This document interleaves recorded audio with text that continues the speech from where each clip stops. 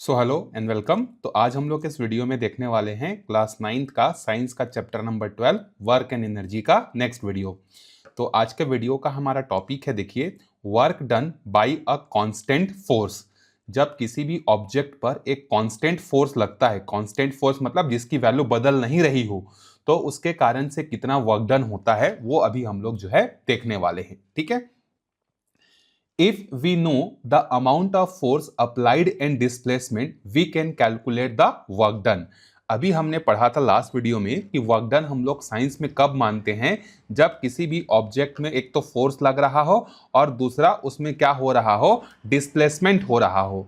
तो अगर किसी भी ऑब्जेक्ट में ये दो चीजें होती हैं तो हम बोलते हैं कि वहां पर वर्क डन हो रहा है। अब अगर हमें वर्क डन को भी कैलकुलेट करना है कि कितना वर्क डन हो रहा है, तो उसके लिए हमें ये दो चीजें जो है कैलकुलेट करनी पड़ेंगी या दो चीजें हमें मालूम करनी पड़ेगी, जिसमें पहला है फोर्स और दूसरा क्या है, displacement. Suppose that on applying a constant force F on a body, it moves from an initial point to distance s is shown in figure। Suppose ये हमारे पास एक टेबल है और इस टेबल में एक ऑब्जेक्ट जो है यहां पर रखा हुआ है। हमने इस पर क्या किया, एक कांस्टेंट फोर्स लगाया। कांस्टेंट फोर्स मतलब जिसकी वैल्यू नहीं बदल रही है, एक जैसा ताकत लगाकर हमने उसको धक्का दिया। और सपोज ये ऑब्जेक्ट जो है अपने इनिशियल पोजीशन से फाइनल पोजीशन तक जाने में कितना डिस्टेंस ट्रेवल किया, एस डिस्टेंस जो है ट्रेवल किया। ठीक है। और फोर्स की वैल्यू कितनी है, एफ है। According to the scientific definition of work, the magnitude of work is the product of the applied force and the displacement of an object in the direction of applied force। तो अगर हम लोग work done का scientific definition पर अगर जाएं, तो scientific definition क्या होता है कि वर्क डन जो होता है, work done is the product of force and displacement in the direction of applied force. जो फोर्स लगाया हमने और जितना डिस्प्लेसमेंट हुआ, दोनों का प्रोडक्ट निकालेंगे। प्रोडक्ट निकालने के बाद जो आएगा वो हमारा क्या है, वर्क डन का मैग्नीट्यूड है। और किस डायरेक्शन में वर्क डन हुआ है, तो जिस डायरेक्शन में हम फोर्स लगाते हैं उसी डायरेक्शन में हम कंसीडर करते हैं कि वर्क डन हुआ है करके। जैसे अभी यहाँ पर ये जो बॉक्स रखा हुआ था, ये जो ऑब्जेक्ट रखा हुआ था, हमने इस पे जो है क्या किया है, लेफ्ट से राइट की तरफ फोर्स लगाया। तो वर्क डन फोर्स का डायरेक्शन क्या है, लेफ्ट टू राइट। तो हम लोग क्या कंसिडर करेंगे कि हमारा वर्क डन का भी डायरेक्शन क्या है, लेफ्ट टू राइट है करके। सो वर्क डन का फॉर्मूला क्या बन गया, देखो, फोर्स इनटू डिस्प्लेसमेंट। और अगर इसको सिंबॉलिक टर्म में अगर लिखें तो W इज इक्वल टू क्या होता है, F इंटू एस। कई जगह आपको ऐसा भी दिखेगा, W is equal to F into D. D मतलब डिस्प्लेसमेंट, तो आप डिस्प्लेसमेंट को D लिखो या S लिखो, एक ही बात है, आप जो लिखना चाहो। ठीक है। और जो वर्क डन होता है, वर्क डन कैसी क्वांटिटी होती है, एक स्केलर क्वांटिटी जो है होती है। अब ये स्केलर क्वांटिटी और वेक्टर क्वांटिटी क्या क्या होता है, इसको आप 11th में 12th में जाएंगे तो वहां डिटेल से पढ़ेंगे। बस अभी इतना याद रख लीजिए कि ये कैसा क्वांटिटी होता है, एक स्केलर क्वांटिटी जो है होता है। ठीक।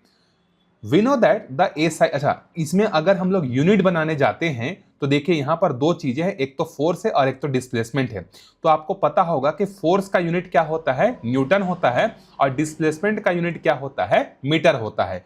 तो वर्क डन का जो आपका एसआई यूनिट बनेगा वो क्या होगा, न्यूटन मीटर बनेगा। ठीक है। तो न्यूटन मीटर जो है वो आपका क्या है, एक तरीके से बोल सकते हैं आपका एसआई यूनिट है, किसके लिए, वर्क डन के लिए। ठीक। अब देखिए यहां पर अगर हम लोग देखें कि एक इसका यूनिट तो हमने बना लिया न्यूटन मीटर, और इसी न्यूटन मीटर को जो है हम लोग एक और नाम से जानते हैं। एक हमारे पास साइंटिस्ट थे उस समय जिसका नाम था जूल। तो जूल के ऑनर में हमने इस न्यूटन मीटर को हम लोग किस नाम से जानते हैं, जूल के यूनिट से भी हम लोग जानते हैं। तो दोनों चीजें सही हैं, या तो आप वर्क डन का यूनिट बताओ न्यूटन मीटर, या तो आप बनाओ जूल। दोनों में से कोई भी बना सकते हो, दोनों परफेक्टली, लेकिन जो ज्यादातर जो फेमस है, जो चलता है, वो आपका क्या है, जूल है। ठीक। तो हम लोग जो है जैसे 1 किलो बोलते हैं तो हमारे माइंड में थोड़ा सा एक पिक्चर बनता है कि हाँ भाई 1 किलो इतना भारी होता है। 1 मीटर बोलते हैं तो हाँ इतना बड़ा लंबा, 100 सेंटीमीटर के आसपास लगभग इतना बड़ा 1 मीटर होता है। तो उसी तरीके से जो 1 जूल है वो कितने बड़ी क्वांटिटी होती है। तो 1 जूल जो होती है, अगर वो कितनी बड़ी क्वांटिटी होती है अगर हमें पता करना है, तो यहां पर देखिए इस वर्क डन वाले फोर में अगर फोर्स की वैल्यू हम लोग 1 न्यूटन रख देते हैं और 1 मीटर तक डिस्प्लेसमेंट करते हैं, तो जितना वर्क डन होगा वो हमारा क्या कहलाएगा, 1 जूल जो है कहलाएगा। ठीक। तो 1 जूल क्या होता है, 1 joule is the quantity of work which is done when 1 Newton force is applied and 1 meter displacement takes place in the direction of force। तो 1 जूल कितना बड़ा होता है? जब किसी भी ऑब्जेक्ट पे हम लोग क्या करते हैं, 1 न्यूटन का फोर्स अप्लाई करते हैं और उसमें अगर 1 मीटर का डिस्प्लेसमेंट होता है तो उतना जो काम किया हमने वो 1 जूल के बराबर होता है। तो 1 न्यूटन का फोर्स और 1 मीटर का डिस्प्लेसमेंट करने में जितना आप काम करोगे वो 1 जूल के बराबर जो है होता है। ठीक है, ये हो गया यूनिट और ये हो गया 1 जूल। ठीक, अब देखिए एक क्वेश्चन दिया है यहां पर, देखिए इस टाइप का न्यूमेरिकल आपके एग्जाम में भी देखने को मिल सकता है ना, ध्यान से पढ़िएगा। A girl applies a force of 4.5 Newton on a book kept on the table. एक टेबल में बुक रखा हुआ है, उस टेबल पर एक लड़की क्या कर रही है, फोर्स लगा रही है और उस फोर्स का जो मैग्नीट्यूड है वो कितना है, 4.5 Newton. The book moves 30 centimetre in the direction of applied force. अब जो हमारा क्या बोलते हैं, जो बुक है वो डिस्प्लेस कितना हुआ, 30 सेंटीमीटर। लेकिन हमने एसआई यूनिट में जो यूनिट पढ़ा है वो क्या पढ़ा है, फोर्स का यूनिट न्यूटन और इसका मीटर। तो ये तो सेंटीमीटर में दिया है, तो आपको पता होगा कि जो 100 सेंटीमीटर होता है वो किसके बराबर होता है, 1 मीटर के बराबर होता है। तो अगर मुझे 1 सेंटीमीटर की वैल्यू चाहिए तो ये 100 इसको आके डिवाइड करेगा कि नहीं, डेफिनेटली करेगा। तो 1/100 मीटर, तो 1 सेंटीमीटर इतना 1/100 मीटर के बराबर होता है। तो हमें तो सेंटीमीटर चाहिए कितना, वो भी 30, तो दोनों साइड 30 का इंटू कर देते हैं, तो ये हो जाएगा 30/100 मीटर। तो 30 को जब आप डिवाइड करेंगे तो ये आएगा 0.3 मीटर। ठीक है, तो ये मीटर में कन्वर्ट हो गया हमारा। कैलकुलेट द वर्क डन, तो वर्क डन का सिंपल सा फॉर्मूला है, work done is equal to होता है फोर्स इंटू डिस्प्लेसमेंट। बट बस आपको यूनिट का ध्यान रखना है, फोर्स जो है वो न्यूटन में होना चाहिए और डिस्प्लेसमेंट हमारा कितना होना चाहिए, मीटर में होना चाहिए। इन दोनों को इंटू करेंगे तो ये आएगा 1.3 के आसपास। तो या तो जूल बोलो या 1.3 न्यूटन मीटर बोलो, मैं अप्रोक्स बता रहा हूं ना, यहां एग्जैक्ट करेंगे तो ये आएगा 1.35 जूल या 1.35 न्यूटन मीटर। दोनों में से जो यूनिट आपको अच्छा लगता है आप लिख सकते हो, आपका मार्क्स जो है नहीं कटेगा। चलिए अब आगे बढ़ते हैं सेकंड क्वेश्चन पर। देखिए सेकंड क्वेश्चन है, सॉल्यूशन आपको दिख रहा है, क्वेश्चन देखते हैं। A person picks up an object of mass 20 kg to a height of 3 metre. Calculate the work done by the him on that object. जी की वैल्यू 9.8 मीटर पर सेकेंड स्क्वायर आपको लेना है। एक आदमी है वो क्या करता है, 20 किलो के एक ऑब्जेक्ट को फोर्स लगाता है और उसको 3 मीटर हाइट तक ले जाता है। तो वहां पर आपको वर्क डन का कैलकुलेशन जो है करना है कि उस आदमी ने 20 किलो के सामान को उठाकर 3 मीटर में रखने के लिए कितना जो है वर्क डन लगाया। तो अगेन याद करिए, वर्क डन का फॉर्मूला क्या होता है, फोर्स इंटू डिस्प्लेसमेंट। तो यहां तो आपको डिस्प्लेसमेंट डायरेक्टली दिया हुआ है 3 मीटर, कुछ भी करने की जरूरत नहीं है। लेकिन क्या आपके पास फोर्स है, नहीं है, फोर्स आपको कैलकुलेट करना पड़ेगा और फोर्स की वैल्यू आपको डायरेक्टली नहीं गिवन है तो इनडायरेक्टली करना पड़ेगा। इनडायरेक्टली कैसे करेंगे, हमने जो है न्यूटन के सेकेंड लॉ में पढ़ा है कि फोर्स इज इक्वल टू क्या होता है, मास इंटू एक्सेलरेशन। लेकिन यहां पर जो ऑब्जेक्ट है वो ग्रेविटी के अगेंस्ट में काम कर रहा है ऑब्जेक्ट को उठाने में, तो ये जो एक्सेलरेशन है ये आपका रिप्लेस हो जाएगा किससे, ग्रेविटी मतलब जी से। जी मतलब small g, acceleration due to gravity, जिसकी वैल्यू आपको दी हुई है। तो मास कितना है आपका 20 और एक्सेलरेशन की वैल्यू कितनी है 9.8। तो ये हो जाएगा, दोनों को जब इंटू करेंगे ना तो ये हो जाएगा 20, ये हो जाएगा 196 न्यूटन हो जाएगा, मल्टीप्लाई करने से 196 न्यूटन ये आ गया। अब यहाँ पे रख दो भाई, तो 196 फोर्स की वैल्यू हो गई, इंटू में 3, इसको करोगे तो जो आप आएगा वो आपका आंसर है। तो यहाँ पर देख लेते हैं इंटू करने से कितना आ रहा है, 588 जूल। तो या तो आप इसको 588 जूल लिखो या 588 न्यूटन मीटर लिखो। तो इसी तरीके से आपको क्वेश्चन घुमा घुमा कर दे सकता है, बस आपको एक फॉर्मूला माइंड में रखना है, फोर्स इज इक्वल टू क्या होता, work done is equal to क्या होता है, फोर्स इंटू डिस्प्लेसमेंट। अच्छा, और इसमें यह भी चीज ध्यान रखना है कि डिस्प्लेसमेंट आपका कैसा होना चाहिए, डिस्प्लेसमेंट जो है आपका मीटर में होना चाहिए और फोर्स कैसा होना चाहिए, न्यूटन में। तो अगर ये चीजें डायरेक्टली नहीं दी है, न्यूटन में नहीं दिया है और क्या बोलते हैं मीटर में नहीं दिया है, तो पहले आप जो भी सुटेबल फॉर्मूला है उस फॉर्मूले से इसको कन्वर्ट करके न्यूटन में लेकर आएंगे और मीटर में लेके आएंगे, देन उसके बाद वैल्यू को पुट करेंगे, तब आपका आंसर सही आएगा, अदरवाइज गलत हो जाएगा। जैसे डिस्प्लेसमेंट 30 दिया है, 30 सेंटीमीटर दिया है, आप यहां पर 30 रख दिए तो गलत हो जाएगा, वो किस में होना चाहिए, आपका मीटर में जो है होना चाहिए। अब देखो, ये जो मैथमेटिकल फॉर्मूला है इसमें हम लोग जो है उस एग्जांपल को फिट करने की कोशिश करते हैं जहां पर हमने पढ़ा था कि अगर हम लोग किसी भी ऑब्जेक्ट पर अगर कोई बहुत बड़ा जो है क्या कर रहे हैं, फोर्स लगा रहे हैं, लेकिन वो ऑब्जेक्ट डिस्प्लेस नहीं हो रहा है, तो साइंटिफिक तरीके से या साइंस उसको क्या करता है, वर्क डन को जो है जीरो मानता है। तो ऐसा क्यों होता है? देखो, भले ही आप कितना भी न्यूटन का फोर्स लगा रहे हो, लेकिन उस पर डिस्प्लेसमेंट कितना हो रहा है, 1 इंच भी नहीं हो रहा है, तो डिस्प्लेसमेंट आपका कितना हो गया, 0। तो 0 इंटू एफ करेंगे तो क्या आएगा, आपका ये जो है 0 आ जाएगा। ठीक है, तो इसीलिए बड़े पहाड़ को या घर के दीवार को या बहुत बड़े चीज को जब आप धक्का लगाते हैं, उस पर फोर्स तो लग जाता है लेकिन डिस्प्लेसमेंट नहीं होता है, तो वर्क डन हमारा क्या हो जाता है, 0 हो जाता है। इस चीज को ध्यान में रखिएगा। चलिए, यहां पर कुछ कंडीशन आपको दिया है, इसको समझते हैं। अ box filled with books in placed near a wall, even after several efforts by you, the box doesn't move according to figure. Calculate the work done according to the equation. ये जो है क्या है, ये दीवार है और दीवार से सटा हुआ एक बॉक्स है। इस बॉक्स में जो है बहुत सारे किताबें रखी हुई हैं।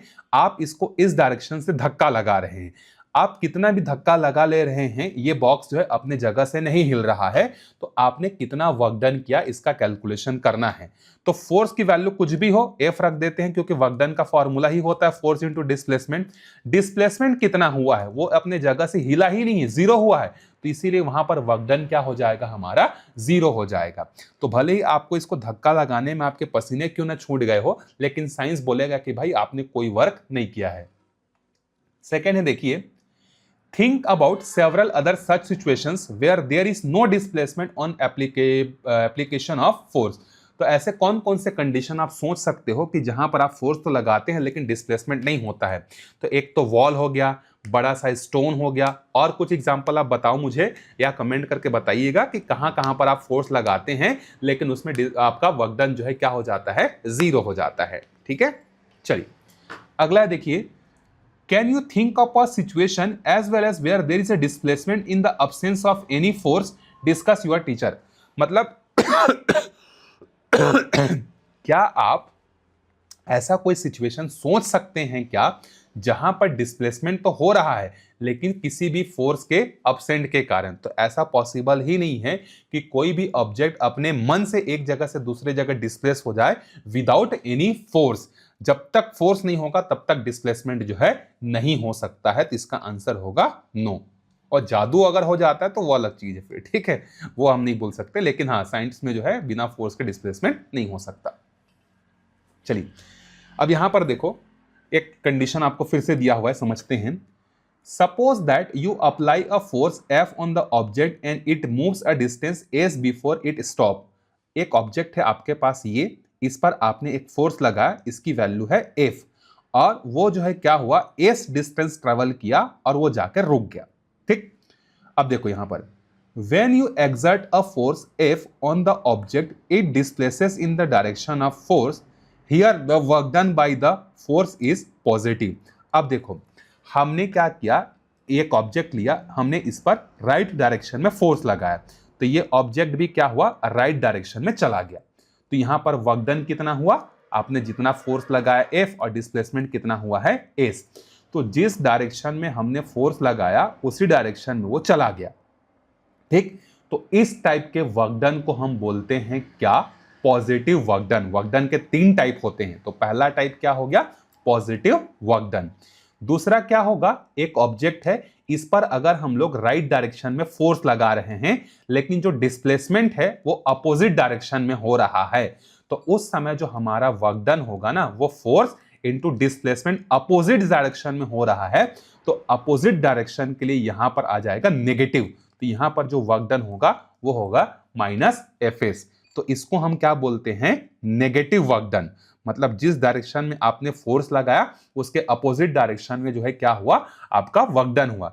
जैसे जो है आपने ब्रेक लगाया, तो ब्रेक लगाने के कारण आपकी गाड़ी रुक गई, तो ब्रेक लगाने से जो है फ्रिक्शन काम करता है। तो फ्रिक्शन क्या करता है, आपके व्हीकल, जैसे आपका व्हीकल इस डायरेक्शन में जा रहा है, फ्रिक्शन क्या करता है, इधर अपोजिट लगता है, तो वहां पर जो फ्रिक्शन जो फोर्स लगता है वो आपका क्या है, नेगेटिव है। रोड में चलोगे, ट्रक बस वगैरह चलते हैं ना, तो टायर और रोड के बीच में फ्रिक्शन होता है, तो वो जो फ्रिक्शन फोर्स होता है वो मोशन के अपोजिट डायरेक्शन में लगता है। तो इसीलिए जो फ्रिक्शनल फोर्स के द्वारा जो वर्क डन होता है वो आपका क्या होता है, नेगेटिव होता है। और तीसरा तो हमने पढ़ ही लिया, जीरो वर्क डन। ठीक, जीरो वर्क डन मतलब नो डिस्प्लेसमेंट। अब इसी के बेसिस पर देखिए एक न्यूमेरिकल दिया हुआ है, on rolling a spherical object it displaces to a distance 4 metre. एक ऑब्जेक्ट को हमने डिस्प्लेस किया, कितना मीटर गया, 4 metre. A frictional force of 15 newton acts on it, calculate the work done by the frictional force. तो जब उस spherical object पर हमने धक्का दिया, वो जब इस तरीके से मूव कर रहा था तो उस पर एक फ्रिक्शनल फोर्स लग रहा था, और वो फ्रिक्शनल फोर्स की वैल्यू कितनी है, 15 न्यूटन। तो अब यहां पर देखो फ्रिक्शनल फोर्स बोला, तो इससे आपको समझ जाना है कि फोर्स और डिस्प्लेसमेंट दोनों अलग अलग डायरेक्शन में लग रहे हैं। भले ही यहां पर बताया नहीं गया है, फ्रिक्शनल फोर्स हमेशा मोशन के अपोजिट डायरेक्शन में लगता है। तो F की वैल्यू हो गई 15 न्यूटन और S की वैल्यू हो गई 4 न्यूटन। अब सिंस ये फ्रिक्शनल फोर्स अपोजिट डायरेक्शन में लगता है, इसीलिए वर्क डन का फॉर्मूला -F × S हो जाएगा। तो माइनस क्यों लगा, अपोजिट डायरेक्शन में फोर्स लग रहा था इसीलिए। और डिस्प्लेसमेंट 4 है तो ये हो जाएगा -60 जूल। ठीक है, यहां पर देखिए, अब ऐसा नहीं है कि जैसे मेरे पास 5 रुपए है तो उसको मैं +5 करता हूं, और मुझे किसी को 5 रुपए उधारी देना है, चुकाना है, तो मैं -5 करता हूं। तो माइनस का मतलब यहां पर कमी नहीं है कि सर माइनस में कैसे वर्क डन हो सकता है। ये माइनस बस इंडिकेट कर रहा है कि जिस डायरेक्शन में फोर्स लगा है उस डायरेक्शन में मोशन नहीं हुआ है। माइनस में कभी भी वर्क डन नहीं होता है, याद रखिएगा। ये माइनस सिर्फ इंडिकेट कर रहा है डायरेक्शन को। आई होप आपको ये समझ में आ गया होगा। ठीक, चलिए एक और क्वेश्चन करते हैं। देखिए, a woman of 60 kg climbs 20 stairs to reach the first floor of a building. The height of each stairs is 23 centimeter. Calculate the work done by the gravitational force on the woman. अब देखिए work done का calculation करना है, दो चीजें चाहिए, एक तो फोर्स चाहिए और एक तो डिस्प्लेसमेंट चाहिए। तो पहले फोर्स खोजते हैं, डायरेक्टली दिया है क्या, नहीं। तो न्यूटन के सेकंड लॉ के पास चलते हैं, F × A, और A किससे रिप्लेस हो जाएगा, G से, क्योंकि ग्रेविटी के अगेंस्ट चल रही है। तो वुमेन का जो वेट है, वुमन का वेट कितना है, 60 है, और कितना स्टेयर चल रही है। अच्छा, ग्रेविटेशनल की वैल्यू हम लोग 10 ले लेते हैं, या 9.8 लेकर बनाए हैं। ठीक है, 10 लेकर बनाओगे तो भी अप्रोक्सीमेट सही आ जाएगा। तो मैं यहां पर इसको 10 लेकर ही बना रहा हूं, तो ये हो जाएगा 600 न्यूटन। सपोज कैलकुलेशन हमें करना है भाई। ठीक, उसके बाद चाहिए डी। तो डिस्प्लेसमेंट कितना हुआ, तो हमें याद है कि 1 सेंटीमीटर होता है 1/100 मीटर के। तो यहां पर वो 20 सीढ़ी चढ़ी है, और हर सीढ़ी की जो लेंथ है या हाइट है 23 है। तो 23 एक का, ऐसे कितने स्टेयर्स चढ़ी, 20। तो ये हो जाएगा कितना, 460 सेंटीमीटर। लेकिन हमें तो चाहिए मीटर में, तो ये हो जाएगा 460/100, तो ये हो जाएगा 4.6 मीटर। अब दोनों को इनटू कर लो भाई। ये वाला न्यूटन के लॉ से है ना, F = m × G, और ये वाला डिस्प्लेसमेंट, एक सीढ़ी की हाइट 23 है तो 20 सीढ़ी चढ़ा है, तो टोटल कितना हो जाएगा, ये हो जाएगा 460। अब हो जाएगा 4 से हमारा 600 न्यूटन, और डिस्प्लेसमेंट कितना हुआ है, 4.6। तो ये हो जाएगा 60 × 4.6। इसको इंटू कर लीजिएगा, जो आंसर आएगा उसमें पीछे में लगा दीजिएगा अप्रॉक्स, क्योंकि हमने G की वैल्यू को कैलकुलेशन पर्पस से 10 रख लिया है। एग्जैक्ट वैल्यू होती है 9.81, लेकिन हमने कैलकुलेशन को सिंप्लीफाई करने के लिए 10 रखा है। तो आप ब्रैकेट में अप्रॉक्स लगा दीजिए, आपका एक भी नंबर नहीं कटेगा। ठीक है, हाँ यहां पर देखिए, अच्छा ग्रेविटी के अगेंस्ट में गया है ना, यहां पर एक चीज छूट गया।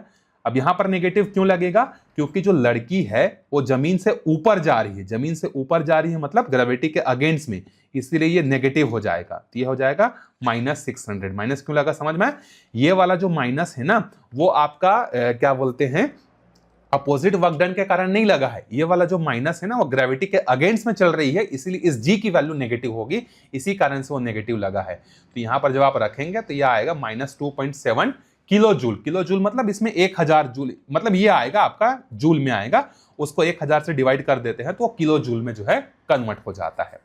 ठीक है, तो इस वीडियो में यही तक देखते हैं, मिलते हैं अगले वीडियो में, वहां पर हम लोग नए टॉपिक से साथ जो है शुरुआत करेंगे। तब तक अच्छे से पढ़ते रहिए, कोई डाउट है तो कमेंट करके बता सकते हैं। नेक्स्ट वीडियो के लिए मिलते हैं, तब तक बाय बाय।